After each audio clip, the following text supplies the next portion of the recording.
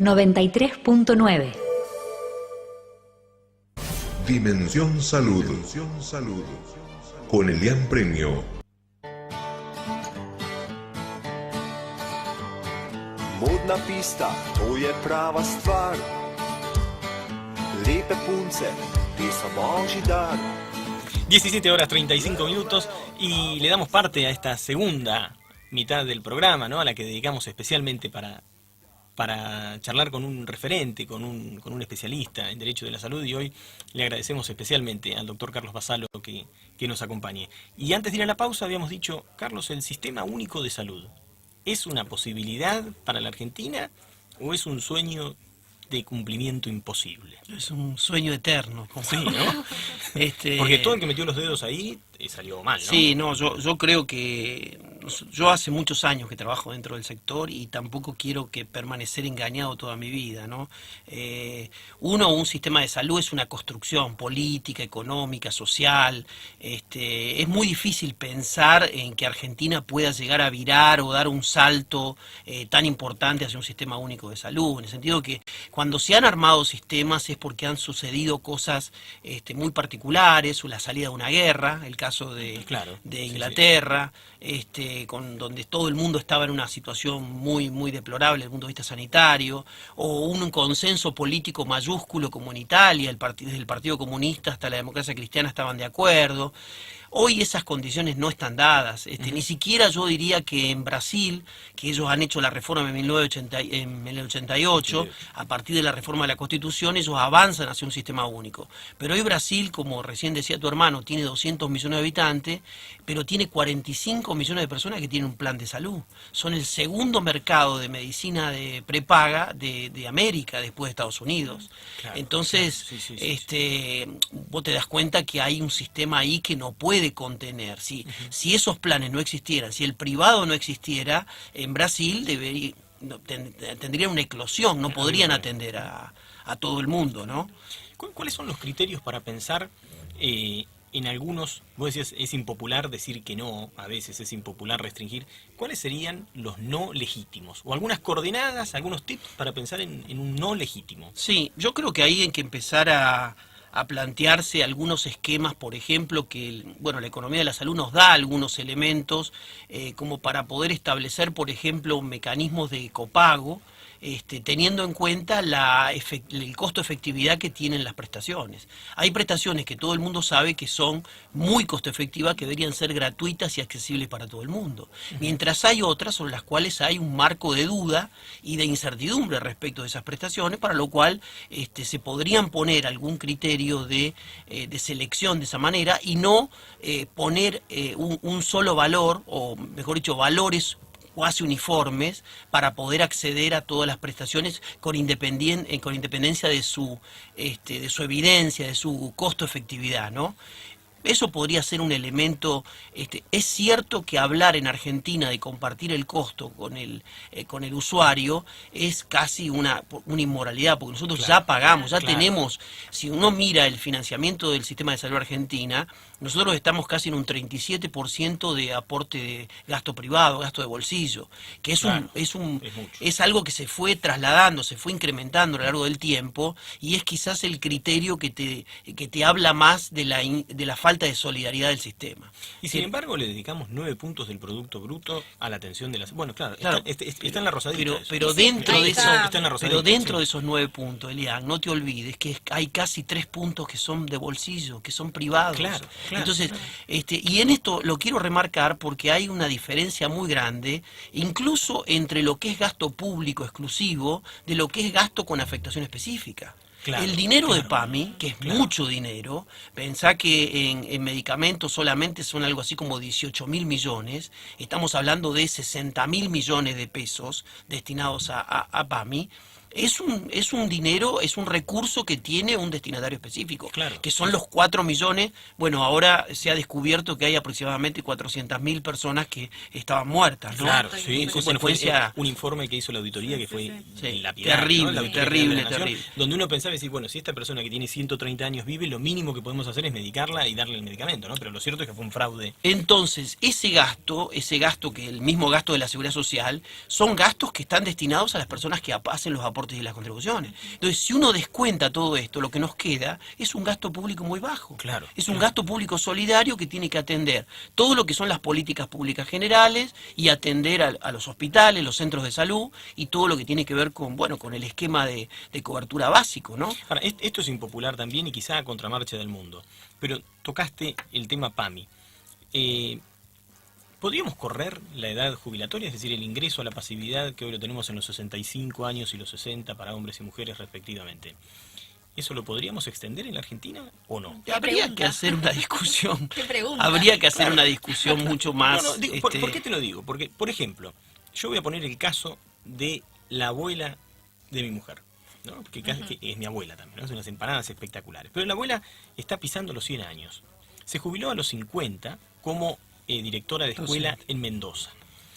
La verdad, viajó gratis más de la mitad de la vida, es decir, más de lo que ella aportó. Completamente. Digamos, es decir, es más lo que está usufructuando en la pasividad que lo que aportó. Y yo no estoy impugnando, es algo que lo que estoy diciendo es terrible, pero yo lo pienso y digo, a ver, el que saca y no pone, cuando busca no encuentra, decía Don Bosco, ¿no? No es un caso Esto como excepcional. ¿Cuánto es el promedio de una persona mayor? El promedio de esperanza de vida en la Esperanza. Argentina son 76 años, pero en una mujer es mucho mayor, es casi 80. No sobreviven.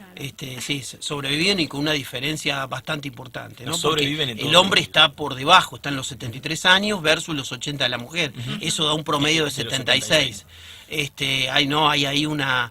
El tema es que muchas veces en esto forma parte de los derechos adquiridos, vos lo sabés, todo el tema de los estatutos. Desgraciadamente el gremio docente no es un gremio difícil. Los sindicatos del sector público se han vuelto sindicatos muy conservadores, desgraciadamente, sí, ¿no? para pensar algunas reformas de los sistemas de salud, o del sistema de la seguridad social o del mismo sistema educativo, ¿no? Se han vuelto sistemas muy, muy conservadores de algunas cosas que ellos consideran que son como privilegios, derechos ganados, y sobre esto es muy difícil hablar de algunas cosas que tienen que ver con la reforma. A mí me ha tocado discutir con algunos, en la clase, con alguna gente de los sindicatos del sector público, y bueno, están aferrados, es muy difícil. Bueno, en la ciudad de Buenos Aires con médicos municipales y todo ese grupo que de alguna manera son los dueños de la salud que le pertenece a todos, ¿no? Y sin embargo tienen mucha influencia y mucho poder. ¿Cómo cuánto juegan los medios de comunicación en esto? Y voy a poner un caso. Hoy estamos atacando, no es que no esté agarrando gente en particular, pero el caso de Juanita Viale. Viale no, Juana Repeto. De Juana Repeto. Que a mí es un caso que me ha llamado poderosamente la atención. Yo no tengo ningún derecho a enjuiciar el fuero íntimo ni de Juana Repeto ni de nadie. Solo digo esto. Y es lo que quiero instalar, ¿no? Para discutir. A mí me parece que su decisión de ser madre está fuera de toda discusión. Ahora, cuando yo digo voy a recurrir a un método de reproducción médicamente asistida porque sí, porque quiero, de algún modo lo que estoy haciendo es desnaturalizar el proceso y le estoy quitando el sentido que tiene como indicación terapéutica, es decir, desapareció la indicación terapéutica. Y ese es un problema. Vamos a hacer una medicina autoadministrada, donde uno agarra y dice, bueno, hoy quiero... Bueno, la pregunta es si eso es pagado solidariamente o ella se lo pagó de su bolsillo. Porque eso creo que lo ha pagado. Creo que lo ha pagado de su bolsillo. Bueno, pero digo, eso de alguna manera es una decisión privada que corre por cuenta de ella. El problema es cuando muchas veces decisiones de ese tipo se quieren hacer financiar solidariamente. Exacto. Ahí sí que hay un tema. El escritor ¿cómo es? Piña. Sí. Que lo leí por el tema de... El escritor da origen a una discusión muy interesante, ¿no? Que quizás no nos dé el programa para poderlo discutir. Yo lo quiero hacer ahora, discutir con mis alumnos en la facultad, porque me parece que es un caso muy, muy interesante. Él tiene amiotrófica lateral. La ELA, ¿no? La ELA. La misma de Fontana Rosa. Exactamente. Tiene ELA. Él estaba teniendo un tratamiento, descubre que hay un tratamiento experimental en un determinado laboratorio, hace el contacto y logra que sea incluido dentro de los estudios, pagando una cierta cantidad de recursos. Estamos hablando de una medicación que todavía no fue autorizada por la autoridad regulatoria, ni por la FDA, ni por el resto de las autoridades regulatorias. Le contamos a los oyentes que esto salió hay un artículo en La Nación de esta semana sobre el medicamento de uso compasivo, que es esto que nos está contando. Claro, Normalmente en el medicamento de uso compasivo no se paga porque el paciente, incluso él está catalogado sin poner su nombre dentro de lo que son los trabajos de experimentación que hacen cada uno de los medicamentos antes de salir a la venta. Y entonces hay un grupo de amigos que hizo un reclamo ante un sector que es muy impopular, porque en realidad, y es cierto que han hecho barbaridades, que son la medicina prepaga, porque se han negado muchas veces a dar cosas que realmente y legítimamente la gente tiene que recibir, pero prefieren ir a juicio antes que financiarlo. Pero en esto la prepaga en un primer momento se opone a brindárselo. Y en cuanto a lo que es la medicación propiamente dicha, la prepaga a mi juicio tiene razón. Es decir, es una medicación que no está ni siquiera dentro del programa médico obligatorio, pero ni siquiera está dentro de es decir, la traen de manera especial, porque es un uso experimental. A mí me sorprendió la cantidad de pedidos que recibe la ANMAT diariamente, ¿no? Me sorprendió, eso está en el artículo de La Nación. Sí. Bueno, ahí, por supuesto que eso no obsta a que la prepaga tenga que hacerse cargo de todo lo que tiene que ver con el cuidado de esta persona, pero que no específicamente en el tema de esta medicación, que es una medicación experimental. Para mi gusto se está bandeando un poco a veces la asignación de recursos judicial, ¿no? La semana pasada salió un fallo de la Cámara Civil y Comercial Federal que replica a uno de nuestras amigas de Rosario, que las deberíamos haber llamado para conversar. Pero en el caso de un chiquito con autismo, donde se obliga a la prepaga, creo que es OMINT, a cubrir la cuota del colegio. O sea, es un despropósito. No, eso es un tema es un tema del cual se ha abusado y se discute. Es muy difícil discutir con el sector de discapacidad. Tenemos una ley de discapacidad que nunca fue en realidad discutido qué impacto económico financiero. Hay algunos estudios que muestran que si se aplicara como está, no alcanzarían los recursos que hoy destina salud para poder cubrir la cobertura, porque la verdad que no tiene... Sí. Y hacia ahí íbamos, ¿no? Porque a mí me parece que la ley de discapacidad es una ley válvula del sistema. Si efectivamente le damos el cumplimiento que manda, sería imposible. Y eso empiezan a aparecer distintas patologías, como antes estábamos mencionando, que empiezan a traer asociada determinadas prestaciones. Acá no hay casualidad. Este es un sector en donde está el derecho de la gente, está el derecho del paciente a recibir la medicación de la mejor calidad, de la mejor atención, pero también hay intereses bien concretos que hacen lobby sobre determinados sectores. Sí, con todos los kioscos que se van armando. Entonces, cuando hay tanta presión y no hay ningún mecanismo que establezca un criterio de uso racional, terminan cometiéndose barbaridades. Bueno, cuando estuvo el doctor Pérez Baliño, nos contó que se estaba generando o estaban trabajando en la creación de un ente que pudiera revisar, ¿no? Este tipo de adjudicaciones, que pudiera contrastarlo, ¿no? O confrontarlo con la evidencia. Bueno, estamos pendientes de la creación de una agencia de evaluación de tecnología. Exactamente. Hay mucho consenso para que en definitiva se convierta en un ente regulador, que en ese caso sería sí un regulador de todo el sistema, porque una agencia regularía sobre la medicina, sobre la seguridad social, sobre el sector público y sobre el sector privado, tratando de mostrar evidencia para que algo, y mostrando por supuesto estudios costo-efectividad. Y a esto se agrega que en la Argentina no hay estadísticas de ninguna índole. Me sorprendió con esto que decís que desde el año 88 no se discute el modelo sanitario. Y a esto se agrega la incertidumbre de los datos oficiales, ¿no? Sí. Pero desgraciadamente tenemos, por ejemplo, un atraso muy grande. Nosotros no sabemos hoy a ciencia cierta cuánto es el gasto en salud. Se han discontinuado algunas estadísticas, el tema del impacto del INDEC, por todo el tema de la pobreza. Algunas de las encuestas se terminan distorsionando por el tema del mala utilización de la encuesta de pobreza. Y empezamos a tener dificultades para poder hacer algunos cálculos. Por ejemplo, un tema, nosotros no sabemos cuánto se destina de recursos del total del presupuesto en salud, cuánto se destina por grupo etario, que sería interesante conocer. Claro, sin duda. Porque uno tiene la impresión que los sectores del futuro, que son los niños y los jóvenes, tienen aplicado mucha menor cantidad de recursos de lo que son otros sectores que ya tienen un acceso importante al sistema de salud. No tenemos esa información. O sea que a medida que vamos legislando, por ejemplo, el día que decidimos que la reproducción médicamente asistida es ley, lo hicimos sin tener la más remota idea de quiénes iban a venir a buscarla al día siguiente. Exactamente. Esto es Qué loco. locura, sí, una locura, Legislar porque- así Y es lo hacemos no solamente pensando en cuál va a ser el impacto económico, sino también cómo esto se va a implementar, porque por supuesto que no es lo mismo la persona que vive en una gran ciudad, donde tiene acceso al que una persona que es, no sé, un obeso mórbido sin trabajo que vive en el Chaco. Que vive, tal cual. Esa persona supuestamente tiene el derecho, ahora en cuánto es operativo ese derecho, en nada. Aparte, esto, y perdón por la insistencia con el tema, pero lo que acabas de decir me da el pie. La ley de reproducción médicamente asistida recibió adhesión de la provincia de La Pampa, la mía, y en toda la provincia no hay un centro que se dedique a la fecundación asistida. Es decir, evidentemente Una estamos barbaridad, sí, evidentemente una estás en un problema. Sí, sí. Carlos, y además quiero llevarte a este lugar porque es un incansable luchador desde el tercer sector, que es el Pacto Social en Salud, ¿no? Hacia ahí estamos. El país. El país, Sí. país. Es un grupo de sanitaristas, economistas, donde tenemos exministros provinciales, nacionales, como el doctor Aldoneri, que hace 3 años aproximadamente nos empezamos a juntar. Aldo pasó por acá, ¿eh? Sí, Aldo sí, estuvo por acá. sí. Estuvo, bueno, de alguna manera estuvo motivado en su momento por Federico Tobar, que estaba dentro del ámbito Claro, del CIPEC. Se generó ese consenso, armamos un documento base con un diagnóstico ejecutivo y nos pusimos de acuerdo, venciendo algunas importantes personalidades y de decir, mirá, yo soy el dueño.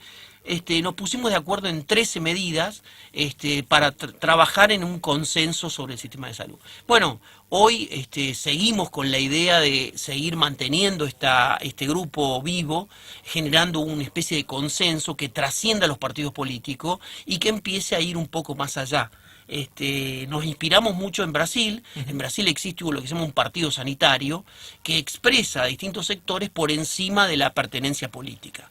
Entonces en el Grupo País convive gente del peronismo, radicalismo, socialistas, diversos sectores. Y bueno, intentamos llevar adelante y consensuar esas políticas porque sabemos que sin un consenso fuerte es muy difícil vencer alguna resistencia. Este es un lugar donde los intereses están muy, muy cohesionados. Claro. Y muchas veces hay como una especie de empate social, ¿no? Es muy difícil vencer esas resistencias si uno no tiene la convicción, el esfuerzo y los recursos humanos.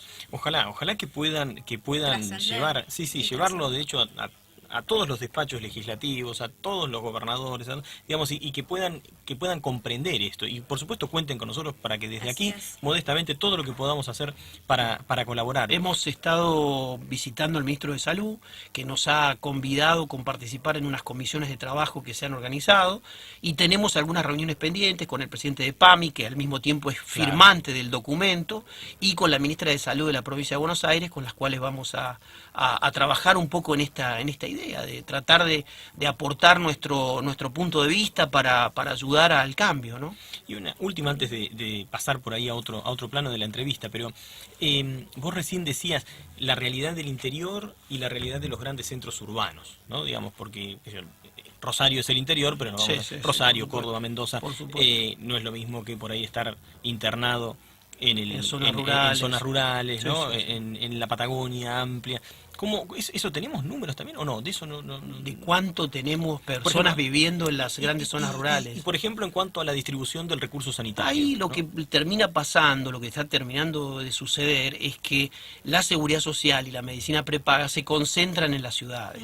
Claro. Y entonces todo el resto de las zonas que no son, entre comillas, rentables, o que no son gente ocupada, porque no hay una industria la industria, ¿qué hace? Lo que le da a la industria o el trabajo es la posibilidad de que la persona haga sus aportes y contribuciones. Claro, en consecuencia, eso se ha concentrado fundamentalmente en las grandes ciudades, el resto queda atendido en el sector público. Sin una estrategia clara, cada provincia un poco resuelve las cuestiones de acuerdo con cómo puede y cómo quiere. Y ahí hay mucho por hacer, porque hay muchas posibilidades de que las provincias puedan ponerse de acuerdo, trabajar en conjunto. A mí personalmente me parece interesante el modelo canadiense, como un modelo para mirar fundamentalmente en lo que se refiere al rol de las provincias en cuanto a la gestión del sistema de salud, ¿no? Las provincias tienen un rol clave en la cobertura de salud y muchas veces los gobernadores todavía no han terminado de asumir que esos son los responsables de la salud de su ciudad. Claro, es un tema, ¿no? El federalismo sanitario es sin duda uno de los grandes temas que fuerzan una política de consenso como la que ustedes decían. O sea, no es por el consenso. Los gobernadores le siguen echando la culpa al gobierno nacional, Claro.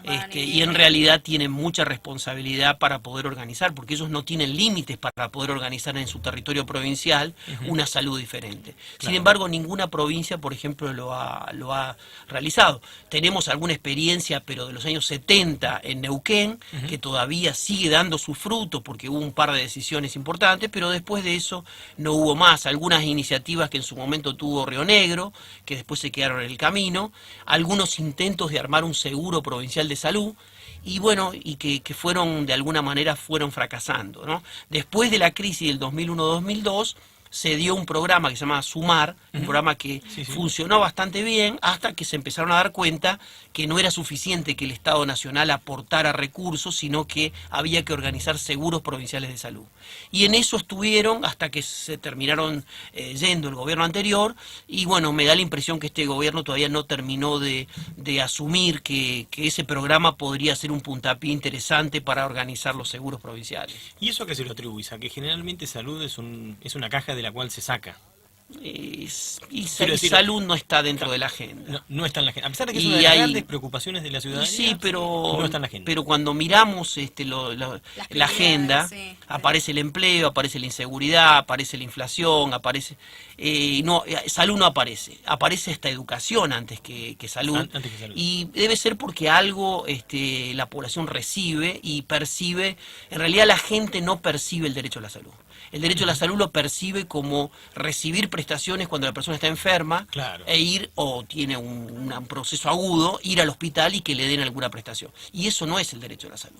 El derecho a la salud es prevención, promoción, diagnóstico previo, y eso es todo un trabajo. Es decir, es tener una historia clínica electrónica, es tener un médico de cabecera para poder consultar cuando uno tiene un síntoma.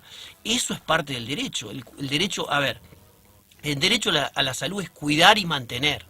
Y en tercer lugar, recuperar la salud.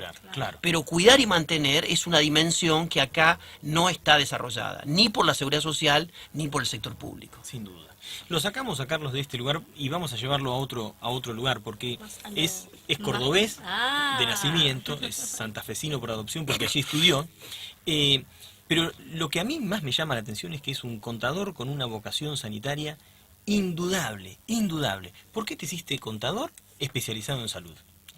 No, yo cuando me recibí, primero porque yo no tenía opción en Santa Fe en su momento de estudiar algo que no sea contador público. En la Facultad de Ciencias Económicas solamente existía esa carrera. Tampoco estamos hablando de mucho del pasado, Claro, pero estamos hablando del año 80. En el litoral ahora han sido creadas. Me acuerdo que en un momento tuve una discusión con esto, un intercambio con Surril. Ajá. Entonces yo le digo, bueno, la verdad que a mí me hubiese gustado mucho estudiar economía. No, dice, yo también soy contador, dice, porque en su momento solamente existía contador. Y lo mismo que Cafiero, que también había... Bueno, la cuestión es que más allá de ese estudio, yo siempre tuve una militancia política importante que me complementó la formación, quizás demasiado cerrada que tiene, y en consecuencia siempre tuve una vocación por la política pública. En su momento vine a trabajar a Buenos Aires pensando en que lo mío era más la política educativa, y después cuando tuve la oportunidad me dieron una oportunidad de hacer una experiencia en salud, me di cuenta que, bueno, que era un sector que realmente me fascinaba por la diversidad de actores, por la complejidad que tiene salud, y bueno, me quedé ahí y nunca más me fui, digamos. Y te has preparado y has estudiado mucho. Queda mucho claro sobre- que es un apasionado. Sí, Porque sí.